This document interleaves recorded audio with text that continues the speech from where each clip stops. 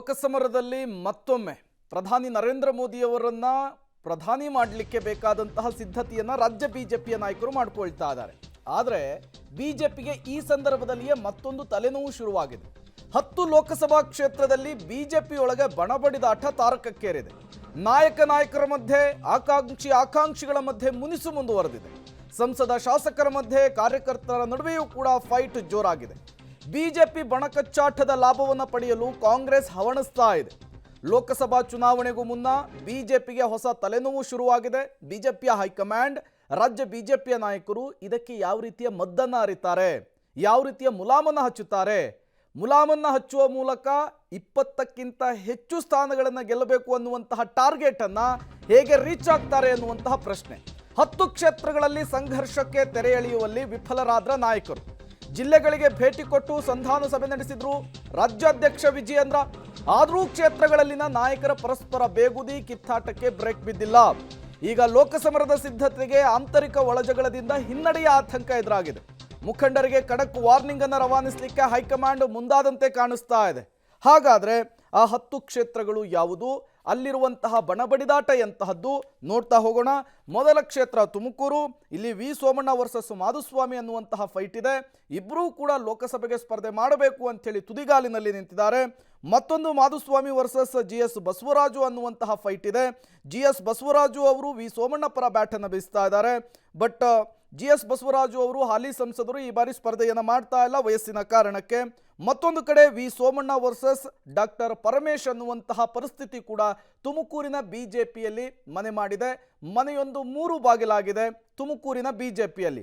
Doctor Paramesh ವೈದ್ಯರ ಕೋಟಾದಡಿಯಲ್ಲಿ ಈ ಬಾರಿ ಟಿಕೆಟ್ ಅನ್ನು ಕೊಡಬೇಕು ಅನ್ನುವಂತಹ ಪಟ್ಟನ್ನು ಹಿಡಿದಿದ್ದಾರೆ. ನಿನ್ನೆ ಪ್ರಹ್ಲಾದ್ ಜೋಶಿ ಅವರನ್ನು ಕೂಡ ಭೇಟಿ ಮಾಡಿದ್ರು. ಮತ್ತೊಂದು ಕ್ಷೇತ್ರ ಅಂದರೆ ಅದು ಬೀದರ್. ಭಗವಂತ ಖೂಬಾ ಹಾಲಿ ಸಂಸದರು, ಇವರಿಗೆ ಬಿಜೆಪಿ ಶಾಸಕರೇ ಮುಳುವಾಗ್ತಾ ಇದ್ದಾರೆ. ಇವರು ಮತ್ತೊಮ್ಮೆ ಸ್ಪರ್ಧೆ ಮಾಡಿದರೆ ನಾವು ಕೆಲಸ ಮಾಡಲ್ಲ ಅಂತ ಹೇಳ್ತಾ ಇದ್ದಾರೆ. ಪ್ರಭು ಚೌಹಾಣ್ ಆದಿಯಾಗಿ ಹಲವಾರು ಮಾಜಿ ಶಾಸಕರು, ಹಾಲಿ ಶಾಸಕರು ಭಗವಂತ ಖೂಬಾ ಅವರ ವಿರುದ್ಧ ಅಪಸ್ವರವನ್ನು ಎತ್ತುತ್ತಾ ಇದ್ದಾರೆ. ಮತ್ತೊಂದು ಕ್ಷೇತ್ರ ಅಂದರೆ ಅದು ಹುಬ್ಬಳ್ಳಿ ಧಾರವಾಡ. ಪ್ರಹ್ಲಾದ್ ಜೋಶಿ ಕೇಂದ್ರ ಸಚಿವರು, ಹಾಲಿ ಸಂಸದರು. ಜಗದೀಶ್ ಶೆಟ್ಟರ್ ವರ್ಸಸ್ ಪ್ರಹ್ಲಾದ್ ಜೋಶಿ ಅನ್ನುವಂತಹ ಪರಿಸ್ಥಿತಿ ನಿರ್ಮಾಣವಾಗಿದೆ. ಇನ್ನು ಪ್ರಹ್ಲಾದ್ ಜೋಶಿ ಅವರು, ಜಗದೀಶ್ ಶೆಟ್ಟರ್ ಅವರು ಒಂದು ರೀತಿಯ ಜಿದ್ದಾಜಿದ್ದಿನ ಕಣ ಅಲ್ಲಿ ನಿರ್ಮಾಣವಾಗಿದೆ. ಜಗದೀಶ್ ಶೆಟ್ಟರ್ ಬಿಜೆಪಿಯನ್ನು ಸೇರ್ಪಡೆ ಆದ ನಂತರ ಒಂದೇ ಒಂದು ಕಾರ್ಯಕ್ರಮದಲ್ಲಿ ಇಬ್ಬರು ಮುಖಾಮುಖಿ ಭೇಟಿಯಾಗಿದ್ದು, ಅದನ್ನು ಬಿಟ್ಟರೆ ಎಲ್ಲೂ ಕೂಡ ಕಾಣಿಸ್ಕೊಂಡಿಲ್ಲ. ಇನ್ನು ಮತ್ತೊಂದು ಕ್ಷೇತ್ರ ಅಂದರೆ ಬೆಳಗಾವಿ. ಇಲ್ಲಿ ರಮೇಶ್ ಜಾರಕಿಹೊಳಿ ವರ್ಸಸ್ ಮೂಲ ಬಿಜೆಪಿಯ ನಾಯಕರು ಅನ್ನುವಂತಹ ಫೈಟ್ ಇದೆ.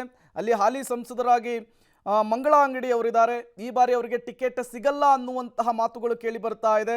ಇಲ್ಲಿ ರಮೇಶ್ ಜಾರಕಿಹೊಳಿ ಅವರು ಮತ್ತೊಮ್ಮೆ ತಮ್ಮ ಪ್ರಾಬಲ್ಯವನ್ನು ಹೆಚ್ಚಿಸಿಕೊಳ್ಳುವುದಕ್ಕೆ ನೋಡ್ತಾ ಇದ್ದಾರೆ ಲೋಕಸಭಾ ಚುನಾವಣೆಯಲ್ಲಿ. ಅದಕ್ಕೆ ಮೂಲ ಬಿಜೆಪಿಗರು ಅಡ್ಡಗಾಲ ಆಗ್ತಾ ಇದ್ದಾರೆ. ಇನ್ನು ಮತ್ತೊಂದು ವೆರಿ ಇಂಟ್ರೆಸ್ಟಿಂಗ್ ಕ್ಷೇತ್ರ ಹಾವೇರಿ, ಏಲಕ್ಕಿ ನಾಡು ಅಂತ ಕರೀತಾರೆ. ಇಲ್ಲಿ ಈಶ್ವರಪ್ಪ ವರ್ಸಸ್ BC ಪಾಟೀಲ್ ಅನ್ನುವಂತಹ ಪರಿಸ್ಥಿತಿ ಇದೆ. ಈಶ್ವರಪ್ಪ ತಮ್ಮ ಪುತ್ರ ಕಾಂತೇಶನಿಗೆ ಟಿಕೆಟ್ ಕೊಡಿಸಬೇಕು ಅಂತೇಳಿ ದೊಡ್ಡ ಮಟ್ಟದ ಪೈಪೋಟಿ ಮಾಡ್ತಾ ಇದ್ದಾರೆ. ಬಟ್ ಮೂಲ ಹಾವೇರಿಗರಿಗೆ ಟಿಕೆಟ್ ಕೊಡಬೇಕು ಅಂತೇಳಿ BC ಪಾಟೀಲ್ ಪಟ್ಟನ್ನು ಹಿಡಿದಿದ್ದಾರೆ. ಅದರ ಜೊತೆಗೆ ಬೊಮ್ಮಾಯಿ ವರ್ಸಸ್ ನೆಹರು ಓಲೇಕಾರ್ ಅನ್ನುವಂತಹ ಫೈಟ್ ಇದೆ. ಇಬ್ಬರೂ ಕೂಡ ಈ ಬಾರಿ ಹಾವೇರಿ ಲೋಕಸಭಾ ಕ್ಷೇತ್ರದಿಂದ ಸ್ಪರ್ಧೆ ಮಾಡಲಿಕ್ಕೆ ಇಂಗಿತವನ್ನು ವ್ಯಕ್ತಪಡಿಸ್ತಾ ಇದ್ದಾರೆ ಅಂತ ಹೇಳಲಾಗ್ತಾ ಇದೆ. ಮತ್ತೊಂದು ಕ್ಷೇತ್ರ ಅಂದರೆ ಅದು ಚಿಕ್ಕಬಳ್ಳಾಪುರ. ಡಾಕ್ಟರ್ ಕೆ ಸುಧಾಕರ್ ಮಾಜಿ ಸಚಿವರು, ಕಳೆದ ಚುನಾವಣೆಯಲ್ಲಿ ಸೋತಿದ್ದಾರೆ. MTB ನಾಗರಾಜ್ ಮತ್ತು ಡಾಕ್ಟರ್ ಕೆ ಸುಧಾಕರ್ ನಡುವೆ ದೊಡ್ಡ ಮಟ್ಟದ ಫೈಟ್ ಇದೆ. ಇಬ್ಬರೂ ಕೂಡ ಅವಕಾಶ ಸಿಕ್ಕರೆ ಚಿಕ್ಕಬಳ್ಳಾಪುರ ಲೋಕಸಭಾ ಕ್ಷೇತ್ರದಿಂದ ಬಿಜೆಪಿಯಿಂದ ಕಣಕ್ಕಿಳಿಯೋದಕ್ಕೆ ಹರಸಾಹಸವನ್ನು ಪಡ್ತಾ ಇದ್ದಾರೆ. ಅದೇ ವಿಚಾರಕ್ಕೆ ಫೈಟ್ ಆಗ್ತಾ ಇದೆ. ಮತ್ತೊಂದು ಡಾಕ್ಟರ್ ಕೆ ಸುಧಾಕರ್ ಮತ್ತು SR ವಿಶ್ವನಾಥ್ ನಡುವೆ ಜಂಗಿ ಕುಸ್ತಿ ಆಗ್ತಾ ಇದೆ. SR ವಿಶ್ವನಾಥ್ ಅವರು ತಮ್ಮ ಪುತ್ರನನ್ನ ಈ ಬಾರಿ ಅದೃಷ್ಟ ಪರೀಕ್ಷೆಗೆ ಇಳಿಸಬೇಕು ಲೋಕಸಭಾ ಕ್ಷೇತ್ರಕ್ಕೆ, ಅದು ಚಿಕ್ಕಬಳ್ಳಾಪುರದಿಂದ ಅಂಥೇಳಿ ಪ್ಲಾನ್ ಮಾಡ್ಕೊಂಡಿದ್ದಾರೆ. ಬಟ್ ಡಾಕ್ಟರ್ ಕೆ ಸುಧಾಕರ್ ಕೂಡ ದೊಡ್ಡ ಮಟ್ಟದ ಪೈಪೋಟಿಯನ್ನು ಒಡ್ತಾ ಇರೋದ್ರಿಂದ ಇಬ್ಬರ ನಡುವೆ ಮುಸುಕಿನ ಗುದ್ದಾಟ ಮುಂದುವರೆದಿದೆ. ಮತ್ತೊಂದು ಕ್ಷೇತ್ರ ದಾವಣಗೆರೆ, ಬೆಣ್ಣೆನಗರಿ ಅಂತ ಕರೀತಾರೆ. ಇಲ್ಲಿ 3 ನಡುವೆ ಜಂಗಿ ಕುಸ್ತಿ ಇದೆ. ಒಂದು GM ಸಿದ್ದೇಶ್ವರ್ ಹಾಲಿ ಸಂಸದರು, ರೇಣುಕಾಚಾರ್ಯ ಮತ್ತು SA ರವೀಂದ್ರನಾಥ್ ಟೀಮ್ ನಡುವೆ ದೊಡ್ಡ ಮಟ್ಟದ ಪೈಪೋಟಿ ಇರುವಂತಹದ್ದು. ಯಾವುದೇ ಕಾರಣಕ್ಕೂ GM ಸಿದ್ದೇಶ್ವರ್ ಅವರಿಗೆ ಟಿಕೆಟ್ ಕೊಡಬಾರ್ದು ಅಂತೇಳಿ ರೇಣುಕಾಚಾರ್ಯ ಅವರು ಪಟ್ಟು ಹಿಡಿದಿದ್ರು. ದಾವಣಗೆರೆಗೆ ವಿಜಯೇಂದ್ರ ಅವರು ಭೇಟಿ ಕೊಟ್ಟಂತಹ ಸಂದರ್ಭದಲ್ಲಿ ಈ ಒಳಜಗಳಕ್ಕೆ ಮುಲಾಮ್ ಹಚ್ಚುವಂತಹ, ಮದ್ದರಿಯುವಂತಹ ಕೆಲಸವನ್ನು ಮಾಡಿದ್ರು ವಿಜಯೇಂದ್ರ ಅವರು. ಆದರೂ ಕೂಡ ಅದು ಫಲಪ್ರದವಾದಂತೆ ಕಾಣಿಸ್ತಾ ಇಲ್ಲ. ಮತ್ತೊಂದು ಕ್ಷೇತ್ರ ವಿಜಯಪುರ. ಬಸನಗೌಡ ಪಾಟೀಲ್ ಯತ್ನಾಳ್ ಮತ್ತು ರಮೇಶ್ ಜಿಗಜಿಣಿಗಿಯ ನಡುವೆ ದೊಡ್ಡ ಮಟ್ಟದ ಕಂದಕ ನಿರ್ಮಾಣವಾಗಿದೆ. ರಮೇಶ್ ಜಿಗಜಿಣಗಿ BS ಯಡಿಯೂರಪ್ಪ ಮತ್ತು BY ವಿಜಯೇಂದ್ರ ಅವರ ಪರಮಾಪ್ತರು ಯತ್ನಾಳ್ ಮತ್ತು ಅವರ ನಡುವೆ ದೊಡ್ಡ ಮಟ್ಟದ ಕಂದಕ ನಿರ್ಮಾಣವಾಗಿರುವಂಥದ್ದು. ಮತ್ತೊಂದು ಕ್ಷೇತ್ರ ಉಡುಪಿ ಮತ್ತು ಚಿಕ್ಕಮಗಳೂರು, ಶೋಭಾ ಕರಂದ್ಲಾಜೆ ವರ್ಸಸ್ CT ರವಿ ಅನ್ನುವಂತಹ ಪರಿಸ್ಥಿತಿ ನಿರ್ಮಾಣವಾಗಿದೆ. CT ರವಿ ಅವರು ಈ ಬಾರಿ ಉಡುಪಿ ಚಿಕ್ಕಮಗಳೂರು ಲೋಕಸಭಾ ಕ್ಷೇತ್ರದಿಂದ ಸ್ಪರ್ಧೆ ಮಾಡಬಹುದು ಅನ್ನುವಂತಹ ಲೆಕ್ಕಾಚಾರ ಇದೆ. ಈಗ ಶೋಭಾ ಕರಂದ್ಲಾಜೆ ವಿರುದ್ಧ ಪತ್ರ ಅಭಿಯಾನವೂ ಕೂಡ ದೊಡ್ಡ ಮಟ್ಟದಲ್ಲಿ ತಾರಕಕ್ಕೇರಿದೆ. ಇದನ್ನ ರಾಜ್ಯ ಬಿಜೆಪಿಯ ನಾಯಕರು ಹೈಕಮಾಂಡ್ ಹೇಗೆ ಸರಿದೂಗಿಸ್ತಾರೆ ಅನ್ನುವಂತಹ ಪ್ರಶ್ನೆ. ಮತ್ತೊಂದು ಕ್ಷೇತ್ರ ಅಂದ್ರೆ ಅದು ಉತ್ತರ ಕನ್ನಡ. ಅನಂತಕುಮಾರ್ ಹೆಗಡೆ ಅವರು ಚುನಾವಣೆಯ ಸಂದರ್ಭದಲ್ಲಿ ಪ್ರತ್ಯಕ್ಷರಾಗಿದ್ದಾರೆ. ಸಹಜವಾಗಿಯೇ ಅನಂತಕುಮಾರ್ ಹೆಗಡೆಯ ವಿರುದ್ಧ ಹಾಲಿ ಮತ್ತು ಮಾಜಿ ಶಾಸಕರು ಅಸಮಾಧಾನವನ್ನು ಹೊರಹಾಕ್ತಾ ಇದ್ದಾರೆ. ಮತ್ತಷ್ಟು ಡೀಟೇಲ್ಸ್ ಅನ್ನು ಕೊಡ್ತಾರೆ ನಮ್ಮ ಪ್ರತಿನಿಧಿ ಶ್ರೀನಿವಾಸ್, ನೇರ ಸಂಪರ್ಕದಲ್ಲಿ ಜಾಯಿನ್ ಆಗಿದ್ದಾರೆ. ಶ್ರೀನಿವಾಸ್, ಶತಾಯಗತಾಯ 20ಕ್ಕೂ ಹೆಚ್ಚು ಸೀಟುಗಳನ್ನು 24ರ ಚುನಾವಣೆಯಲ್ಲಿ ಗೆಲ್ಲಬೇಕು ಅಂತೇಳಿ ಬಿಜೆಪಿ ಒಂದು ಬ್ಲೂ ಪ್ರಿಂಟ್ ಅನ್ನು ರೆಡಿ ಮಾಡಿಕೊಂಡಿದೆ.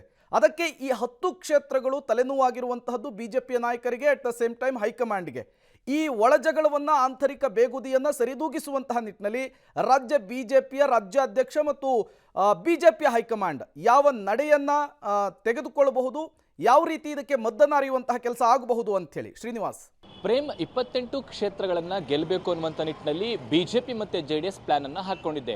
JDSಗೆ ಎಷ್ಟು ಸೀಟು ಸಿಗುತ್ತೆ ಅದನ್ನು ಹೊರತುಪಡಿಸಿ ಬಿಜೆಪಿಗೆ ಸಿಗುವಂತಹ ಸ್ಥಾನದಲ್ಲಿ 10ಕ್ಕೂ ಹೆಚ್ಚು ಕ್ಷೇತ್ರಗಳಲ್ಲಿ ಸ್ಥಳೀಯವಾಗಿ ಆಂತರಿಕವಾಗಿ ಗಲಾಟೆಗಳಿದ್ದಾವೆ ಅನ್ನುವಂಥದ್ದು. ಈಗ ನಾವು ತೋರಿಸಿದಂಥ 10 ಕ್ಷೇತ್ರಗಳಲ್ಲಿ ಇಲ್ಲಿ ಕಾಂಗ್ರೆಸ್ಗಿಂತ ಆಂತರಿಕವಾಗಿ ಪಕ್ಷದ ಶಾಸಕರು, ನಾಯಕರು, ಕಾರ್ಯಕರ್ತರು, ಹಾಲಿ ಸಂಸದರಿಗೆ ದೊಡ್ಡ ಮಟ್ಟದ ವಿರೋಧಗಳಿರುವಂಥದ್ದು. ಎಕ್ಸಾಂಪಲ್ಗೆ ತುಮಕೂರನ್ನು ತೆಗೆದುಕೊಳ್ಳಕ್ಕೆ ಹೋದ್ರೆ ಸೋಮಣ್ಣ ಅವರು ದೊಡ್ಡ ಮಟ್ಟದಲ್ಲಿ ಲಾಬಿ ಮಾಡ್ತಿದ್ದಾರೆ. ಅದಕ್ಕೆ ಮಾಧುಸ್ವಾಮಿ ಕಳೆದ ವಿಧಾನಸಭಾ ಚುನಾವಣೆಯಲ್ಲಿ ಸೋತಿದ್ರು, ಅವರು ನಿಲ್ಲಬೇಕು ಅನ್ನುವಂತಹ ಒಂದಿಷ್ಟು ಸಿದ್ಧತೆಗಳನ್ನ ಮಾಡ್ಕೊಳ್ತಿದ್ದಾರೆ. ಅಲ್ಲಿ ದೊಡ್ಡ ಮಟ್ಟದ ಗಲಾಟೆ ಪಕ್ಷದಲ್ಲೇ ನಡೀತಾ ಇದೆ. ಇನ್ನು ಉತ್ತರ ಕನ್ನಡಕ್ಕೆ ಬರೋದಾದ್ರೆ ಅನಂತಕುಮಾರ್ ಹೆಗಡೆ ಎಷ್ಟು ದಿನ ಆಕ್ಟಿವ್ ಆಗಿರಲಿಲ್ಲ, ಚುನಾವಣೆ ಬಂದ್ರು ಅನ್ನುವಂಥ ನಿಟ್ಟಿನಲ್ಲಿ ಈಗ ಆಕ್ಟಿವ್ ಆಗಿದ್ದಾರೆ ಅನ್ನುವಂಥದ್ದು ಅಲ್ಲಿನ ಮಾಜಿ ಹಾಲಿ ಶಾಸಕರ ವಿರೋಧ ಇರುವಂಥದ್ದು. ಬೆಳಗಾವಿ ವಿಚಾರಕ್ಕೆ ಬರೋದಾದ್ರೆ ರಮೇಶ್ ಜಾರಕಿಹೊಳಿ ಮತ್ತೆ ಮೂಲ ಬಿಜೆಪಿಗರ ಮಧ್ಯೆ ಗೊಂದಲಗಳಿದ್ದಾವೆ. ಹೀಗೆ 10 ಕ್ಷೇತ್ರಗಳಲ್ಲಿ ದೊಡ್ಡ ಮಟ್ಟದ ಗೊಂದಲಗಳು ಬಿಜೆಪಿ ಒಲೆದಲ್ಲೇ ಇರೋದ್ರಿಂದ ಇದು ಕಾಂಗ್ರೆಸ್ಗೆ ಪ್ಲಸ್ ಆಗುತ್ತೆ ಅನ್ನುವಂಥದ್ದು ರಾಜ್ಯ ಬಿಜೆಪಿಯ ಒಂದು ತಲೆನೋವು, ವಿಜೇಂದ್ರ ಅವರ ತಲೆನೋವು. ಯಾಕಂದ್ರೆ ಈ ಕ್ಷೇತ್ರಗಳಿಗೆ ಅಭ್ಯರ್ಥಿಗಳ ಆಯ್ಕೆಯೇ ಕಗ್ಗಂಟಾಗಿದೆ. ಹಾಗಾಗಿನೇ ಬಿಜೆಪಿಯ ಹೈಕಮಾಂಡ್ ಮೊರೆಯನ್ನು ಹೋಗಿದ್ದಾರೆ ವಿಜೇಂದ್ರ ಅವರು ಅನ್ನುವಂಥದ್ದು. ಈ ಒಂದು ಸಮಸ್ಯೆನ ನೀವೇ ಬಗೆಹರಿಸಬೇಕು ಅನ್ನುವಂಥ ನಿಟ್ಟಿನಲ್ಲಿ ಮನವಿಗಳನ್ನ ಮಾಡ್ಕೊಂಡಿದ್ದಾರೆ ಅಂತ. ಸೊ ಮುಂದಿನ ವಾರ ಲೋಕಸಭಾ ಚುನಾವಣೆಯ ಕ್ಲಸ್ಟರ್ ವೈಸ್ ಸಭೆಯನ್ನ ಬಿಜೆಪಿ ಹೈಕಮಾಂಡ್ ಮಾಡ್ತಿದೆ. ಆ ಒಂದು ಸಭೆಯಲ್ಲಿ ಇವೆಲ್ಲ ಗೊಂದಲ ಇರುವಂತಹ ಕ್ಷೇತ್ರಗಳಲ್ಲಿ ಯಾವೆಲ್ಲ ನಾಯಕರು ಈ ರೀತಿ ಗೊಂದಲಗಳನ್ನು ಮೂಡಿಸ್ತಿದ್ದಾರೆ, ಗಲಾಟೆಗಳನ್ನು ಮಾಡ್ಕೊಳ್ತಿದ್ದಾರೆ, ಅದಕ್ಕೆ ಮದ್ದು ಹರಿಯುವಂತ ಕೆಲಸವನ್ನ ಬಹುಶಃ ಬಿಜೆಪಿ ಹೈಕಮಾಂಡ್ ಮಾಡುತ್ತೆ ಅಂತ ಅನ್ಸುತ್ತೆ. ಒಟ್ಟಾರೆಯಾಗಿ ಬಿಜೆಪಿ ಮುಂದೆ ಇರುವಂತದ್ದು 28 ಕ್ಷೇತ್ರಗಳನ್ನ ಗೆಲ್ಲಬೇಕು ಅಂತ. ಹೀಗೆ ಪಕ್ಷದಲ್ಲೇ ಆಂತರಿಕ ಕಿತ್ತಾಟಗಳಾದ್ರೆ ಅದು ಕಾಂಗ್ರೆಸ್ಗೆ ಲಾಭ ಆಗುತ್ತೆ ಅನ್ನುವಂತ ಲೆಕ್ಕಾಚಾರದಲ್ಲಿ ಬಿಜೆಪಿ ಇರುವಂತದ್ದು. ಹಾಗಾಗಿನೇ ಮುಂದಿನ ವಾರ ನಡೆಯುವಂತಹ ಸಭೆಯಲ್ಲಿ ಈ ಎಲ್ಲಾ ಗೊಂದಲಗಳಿಗೆ ಒಂದಿಷ್ಟು ಸ್ಪಷ್ಟ ಚಿತ್ರಣವನ್ನು ಹೈಕಮಾಂಡ್ ಕೊಟ್ಟು ಪಕ್ಷದ ನಾಯಕರ ನಡುವೆ ಇರುವಂತಹ ಕಿತ್ತಾಟಗಳನ್ನ ಸರಿ ಮಾಡುವಂತಹ ಸಾಧ್ಯತೆ ಇದೆ. Prem, okay, thank you Srinivas ತಮ್ಮೆಲ್ಲ ಮಾಹಿತಿಗಾಗಿ. ಮೋದಿ ಅವರ ಕೈಯನ್ನು ಬಲಪಡಿಸುವಂತಹ ನಿಟ್ಟಿನಲ್ಲಿ ರಾಜ್ಯದಲ್ಲಿ ಅತಿ ಹೆಚ್ಚು ಕ್ಷೇತ್ರಗಳನ್ನು ಗೆದ್ದು ಸಂಸದರನ್ನು ದೆಹಲಿಗೆ ಕಳಿಸಬೇಕು ಅನ್ನುವಂತಹ ಪ್ಲಾನ್ನಲ್ಲಿ ರಾಜ್ಯ ಬಿಜೆಪಿಯ ನಾಯಕರಿದ್ದಾರೆ. ಬಟ್ ಈ ಅಸಮಾಧಾನ ಅವರಿಗೆ ಒಂದು ರೀತಿಯ ತೊಡಕಾಗುವಂತಹ ಸಾಧ್ಯತೆ ಇದೆ.